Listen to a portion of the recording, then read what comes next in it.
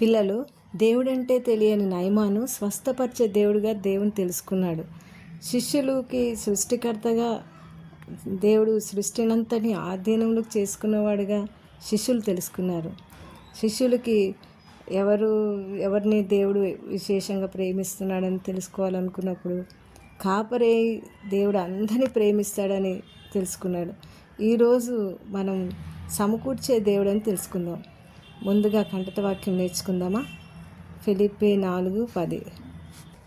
కాగా దేవుడు తన ఐశ్వర్యము చొప్పున క్రీస్తు యేసునందు మహిమలో మీ ప్రతి అవసరమును తీర్చును. బైబిల్ గ్రంథంలో 1 రాజులు 17వ అధ్యాయము 7 నుండి 15వ వచనం వరకు మనం చూసినట్లయితే, ఆ రాజుల పాలనలో తీవ్రమైన కరువు వచ్చింది. ప్రజలు ఆకలితో అలమటిస్తున్న కాలంలో ఏలియా అని ఒక దేవుని ప్రవక్త ఉండేవాడు అంట. ప్రవక్త అంటే తెలుసా మీకు? దేవుని మాటలు ఇతరులతో మాట్లాడేవాడు అన్నమాట. అతనిని ఒకరోజు నీవు నీ సమీపంలో ఉన్న సీదోను పట్టణం సంబంధమైన సారేపతని ఊరికి వెళ్ళమని దేవుడు చెప్తాడనమాట. ఆ ఊరికి వెళ్తూ ఉంటే అక్కడ స్త్రీ ఆ ప్రవక్తని చేర్చుకుంటుంది. ఆ స్త్రీ ఏలియా ప్రవక్త ఆమెను కొంచెం నీళ్లు తీసుకురా, రొట్టె ఇమ్మని అడుగుతాడు.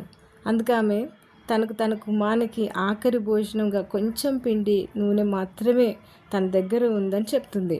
అప్పుడు ఏలియా ఆమెతో, భయపడొద్దు, నీవు చెప్పినట్లు నాకు ఒక చిన్న అప్పము మొదట చేసి నా ఇద్దరికి తీసుకురమ్మని అంటాడనమాట. తర్వాత నీకును నీ బిడ్డలకు అప్పములు చేసుకొనుము, భూమి మీద అనే యెహోవా వర్షం కురిపించే వరకు ఆ తొట్టిలో ఉన్న పిండి తక్కువ కాదు, బుడ్డిలో నూనె అయిపోదని ఇశ్రాయేల్ దేవుడైన యెహోవా సెలవిస్తున్నాడు అని ఆమెతో చెప్తాడు. ఆమె నమ్ముతుంది అనమాట. ఆమె తన కుమారుడికి దాచుకున్న పిండిలో అతనికి ఆహారం సిద్ధపరిచి ఇచ్చింది. అతడు ఆమె ఇంటి వారును అనేక దినాలు భోజనాలు చేయొచ్చు వచ్చారంట. యెహోవా ఏలియా ద్వారా సెలవిచ్చిన ప్రకారము తొట్టిలో ఉన్న పిండి తక్కువ కాలేదంటండి, బుడ్డిలో ఉన్న నూనె అయిపోలేదంట. వారు ఎంత వాడుకున్నా కూడా ప్రభు వాగ్దానం చేసినట్లుగా పాత్రల్లో ఎప్పుడు తగినంత మాత్రమే ఉంది. అది తీస్తూ ఉంటే వస్తుంది. మనకు అవసరమైనంత ఉన్నప్పుడు మన దేవుడు మనకు సహాయం చేస్తాడు. అవసరత ఉన్నప్పుడు మనకు దేవుడు సహాయం చేస్తాడు. మీకు ఏదైనా అవసరం ఉంటే దేవుని అడగండి, ఎందుకంటే ఆయన మన పోషకుడు. మీకు పెన్స్, బుక్స్, బాటిల్స్, చాక్లెట్స్ అవసరమైనప్పుడు మమ్మీని డాడీని అడుగుతారు కదా, అంతే. అదేవిధంగా మన పరలోకపు తండ్రి మన అవసరాలు తీరుస్తాడనమాట.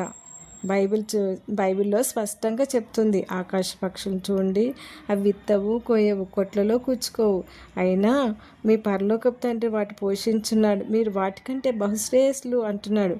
మత్తయి సువార్త 6:26. మరి మనం ప్రార్థన చేసుకుందామా? ప్రార్థన. ప్రియమైన మా పరలోకపు తండ్రి, నా కుటుంబం గురించి, నా గురించి మీరు ఎంతో శ్రద్ధ చూపుచున్నందుకు మీకు కృతజ్ఞతాస్తులు చెల్లిస్తున్నాను. మా అవసరతలన్నీ నువ్వు ఎప్పుడు తీరుస్తావని విశ్వసించడానికి నాకు సహాయం చేయండి. మీ నామంలో ప్రార్థిస్తున్నాను తండ్రి, ఆమేన్.